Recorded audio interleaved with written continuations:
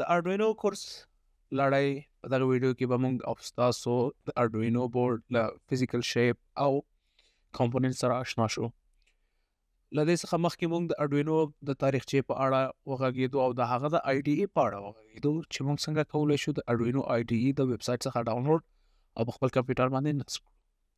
نو راځئ په دغه ویډیو کې به موږ او تاسو د خپل اردوینو بورډ په فزیکل کمپوننټ باندې وغږېږو. دلته زموږ سره یو د اردوینو اونو R3 بورډ دا کوم چې د ټیکنووا لخوا موږ ته تهیه شوی او راکړل شوی ده چې دغه بورډ په بازار کې ډیر عام او په اسانۍ سره تاسو کولی شئ د ټیکنووا څخه ترلاسه کړئ. نو راځو د بورډ په اړه غږیږو. په دغه بورډ کې که چیرې موږ وګورو موږ چې دی 14 ډیجیټل پنز لرو او 6 انالوګ پنز لرو. دغه پنونو کې 0 او 1 چې دی ټي ایکس او آر ایکس کمیونیکیشن لپاره له نورو بورډونو سره استفاده کیږي چې په دې کې بیا موږ ځینې پنونه لرو کوم چې د هغه مد د علامې باندې ښودل شوي چې هغې ته وایي پی ډبلیو ایم پن پلس وذ ماډولیشن. مخکې له دې چې مخکې ولاړ سو راځو د پی ډبلیو ایم په اړه غږیږو. پلس وذ ماډولیشن څه ته وایي؟ پلس وذ ماډولیشن د ده په واسطه موږ کولی شو په عامه ژبه او په عامیانه ژبه که چیرې ووایو د ده په واسطه موږ کولی شو چې یو ولټاج څنګه کو کنټرول کو د 0 څخه تر 15 ولټه پورې. دا موږ څنګه کولی شو د پلس وذ ماډولیشن په واسطه کنټرول کولی شو.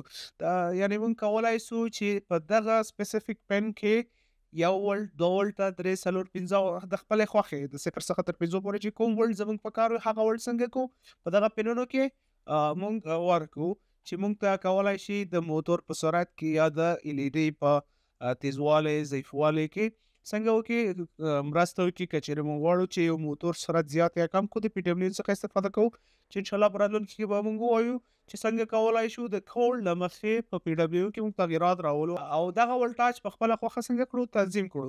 نو موږ سره دغه پنونه د ډیجیټل ول دلته موږ انالوګ پنونه لرو چې د انالوګ په واسطه موږ کولی شو چې انالوګ ډیټا انپوټ وکړو آوټپوټ د دغه پنونو له لارې اردوینو ته ورکو یا له اردوینو څخه راواخلو.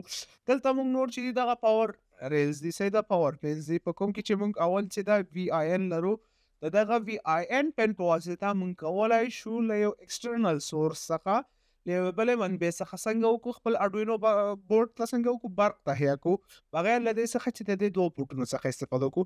که چیرې پام کړی وي ځینې شیلډونه دي چې هغه د اردوینو بورډ د پاسه راځي نو د هغه وی آی ان پن په واسطه کولی شو موږ خپل ټول بورډ څنګه کو پاور کو یعنی برق ورته ورکړو. د هغه څخه وروسته جی ان ډي دا چې ګراوند ورته ویل کېږي یا هم هغه منفي لري. د هغه څخه وروسته 5 وي دا صحیح ده چې 15 ولټه برق ترلاسه کولی شو. د هغه څخه وروسته چې دلته یو بل پن ده چې 3.3 وي دا صحیح ده 3.3 ولټه ده.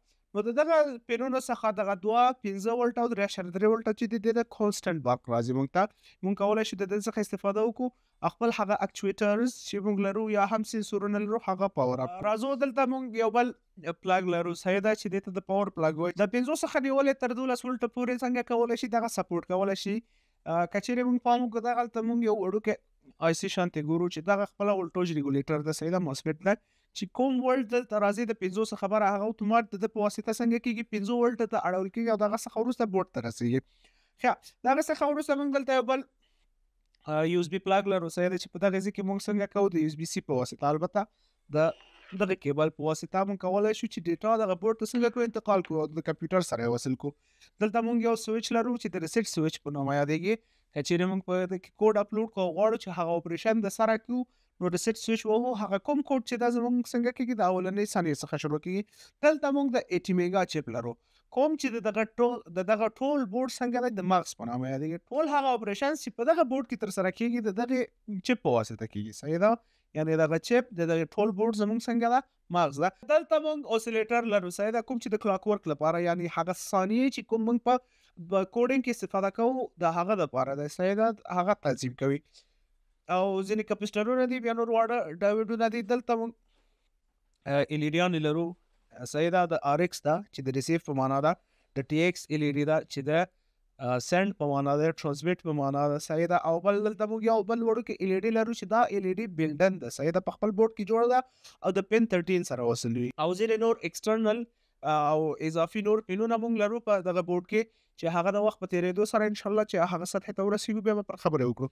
نو دا اول زمونږ Arduino Uno R3 کوم چې تاسو ته په بشپړ ډول تشریح شو. که چیرې هم بیا په کومه برخه کې سوال لرئ خپل سوالونه په کمنټ کې پرېږدئ. له موږ سره پاتې شئ، موږ فالو کړئ، ځان سره چینل ځان سره سبسکرایب کړئ، لایک کړئ، که سوال لرئ کمنټ کې پرېږدئ او انشاءالله په راتلونکي ویډیو کې به موږ په خپلې لومړنۍ کوډ ټوټې باندې کار وکړو.